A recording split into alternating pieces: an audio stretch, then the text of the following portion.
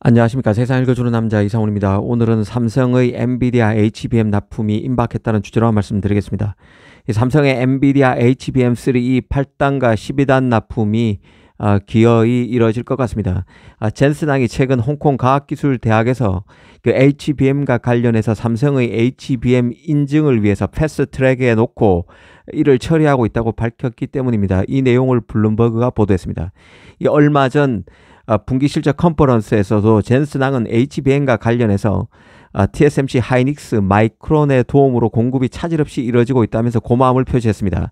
이 삼성에 대한 언급은 전혀 없었습니다. 그래서 그 일말의 불안감, 삼성의 그 엔비디아향 HBM 컬 테스트 통과가 HBM3E 컬 테스트 통과가 결국 무산되는 게 아닌가 하는 일말의 불안감이 있었는데요.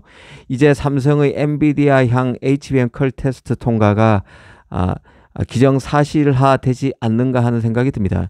현재까지 그 삼성이 엔비디아에 납품하는 HBM과 관련해서 통과된 제품은 HBM 4세대 제품인 HBM3 8단 제품이었습니다. 삼성은 올 2분기인 지난 6월에 엔비디아 컬을 통과했습니다. HBM3 8단 제품은 메모리 3사, 그러니까 하이닉스, 마이크론, 삼성이 모두 통과했는데요. 삼성이 가장 늦게 통과했습니다.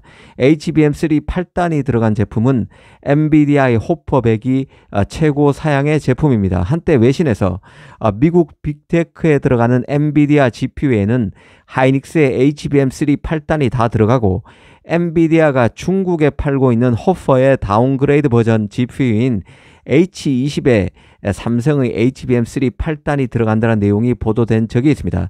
삼성이 HBM과 관련한 기술 주도권을 하이닉스에 내준 상황에서 이런 내용이 굴욕스럽게도 기정사실처럼 받아들여졌는데요. 그런데 이번에 결국 삼성이 HBM3E 8단과 12단을 한꺼번에 패스트트랙에 놓고 엔비디아 젠슨항이 검증하고 있다는 발언을 통해서 삼성이 이 결국 컬 테스트 통과를 이뤄낸다면 이런 분위기가 반전될 가능성이 커집니다.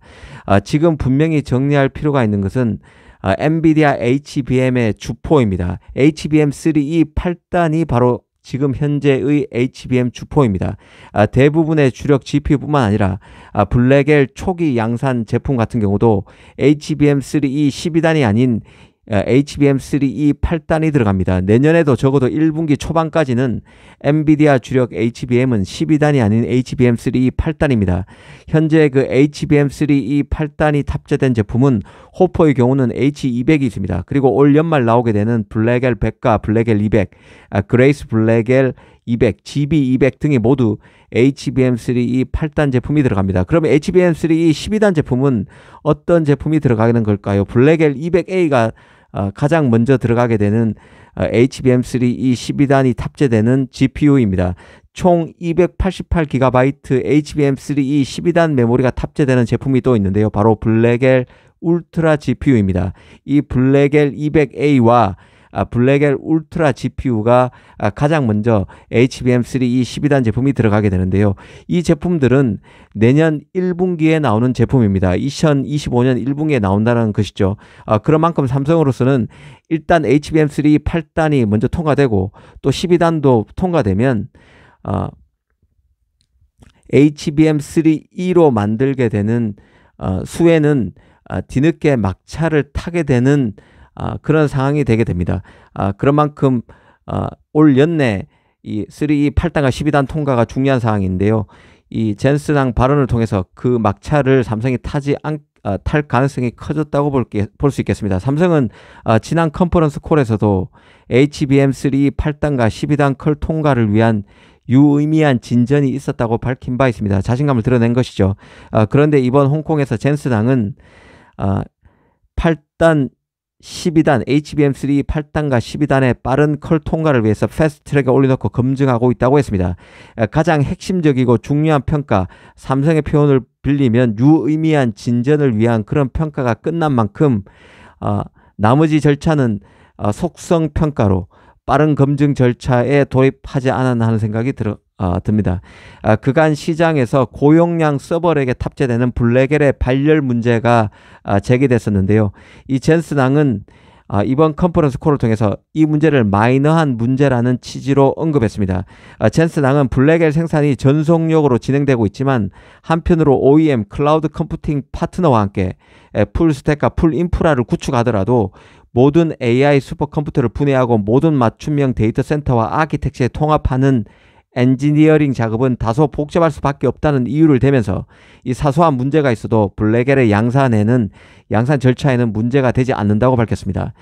그런 큰 틀에서 보면 HBM3 8단이 들어가는 그 호퍼 200과 블랙엘 초기 제품, 블랙엘 100, 블랙엘 200 같은 제품이 있겠죠. 그런 블랙엘 초기 제품의 본격 양산을 위해서는 HBM 공급자로서 삼성이 필요하고, 이를 위해서 11월 중에 이달 중에 아직 이달이 일주일가량 남았죠. 이달 중에 늦어도 12월 초에 삼성의 모든 HBM3E 8단과 12단 컬 통과를 마무리하기 위해서 삼성을 검증대 위에 올려놓고 속성평가에 나선 것 같습니다. 조만간 삼성의 컬 테스트 통과가 공식 발표되고 모든 HBM3 8단과 12단 납품이 가시화될 가능성이 크다는 생각입니다. 이 삼성으로서는 연내 컬 통과로 8단과 12단 HBM3 납품 수혜를 위한 막차를 탔다는 생각이 듭니다. 이미 삼성은 AMD 같은 경우에는 HBM3 8단과 12단 제품을 모두 납품하고 있는 상태입니다. AMD의 최고 GPU 버전은 지난 10월에 나온 MI325 GPU인데요. 여기에는 12단 HBM3E 제품이 들어가 있습니다. 이게 삼성 제품이 들어가 있는 것이죠. 삼성 제품이 탑재된 상태입니다. 이번에 젠슨항이 패스트 트랙에서 검증하고 있다는 삼성의 3E 8단과 12단이 조만간 통과가 마무리되면 하이닉스 추격의 마지막 퍼즐을 삼성이 완성하는 것으로 봐야 할 것입니다. 사실 메모리 시장 상황은 살얼음판이었습니다.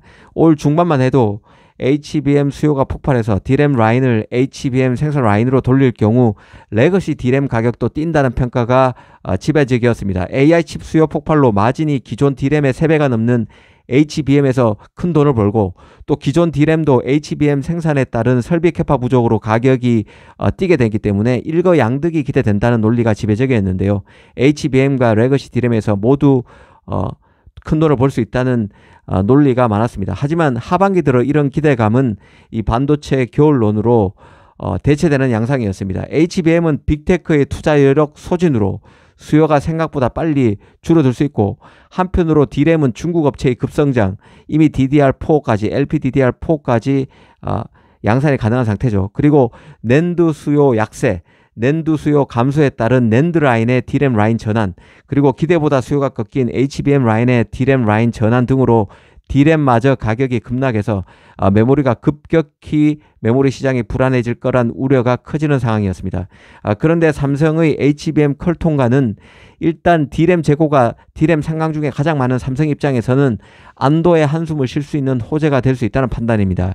HBM 라인을 늘려놓은 상황에서 만약 AI 칩의 최고봉이라는 엔비디아 컬 테스트가 무산될 경우 삼성이 있게 되는 파장은 클 수밖에 없었는데요.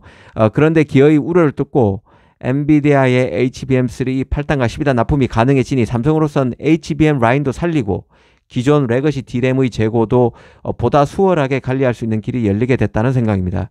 실제 그 하반기 메모리 업체의 재고 일수를 보면 HBM3E의 그 메모리 공급 여부에 따라서 D램 재고에서 격차가 벌어진 것을 확인할 수 있습니다. 그 트렌드포스 자료에 따르면 올 4분기 초 삼성의 D램 재고 일수는 17일로 가장 큰 상황입니다. 하이닉스는 12일로 가장 작고, 마이크론은 삼성과 하이닉스 그 사이에 있는 13일 정도였는데요. 삼성이 가장 높은 재고 일수를 기록했는데 이는 엔비디아향 HBM3E 납품이 지연된 탓이 컸습니다. D램 공급업체 간의 AI 서버향 HBM 노출도에 따라서 재고의 차별화가 이뤄진 상태였는데, 삼성이 결국 HBM3E 납품을 뚫어낸다면 그간 삼성의 HBM 납품 지연에 따른 레고시 D램 재고 우려도 숨통이 튀는 효과가 기대됩니다. 오늘은 젠슨항의 패스트트랙 발언의 여파에 대해서 한번 생각해 봤습니다. 감사합니다.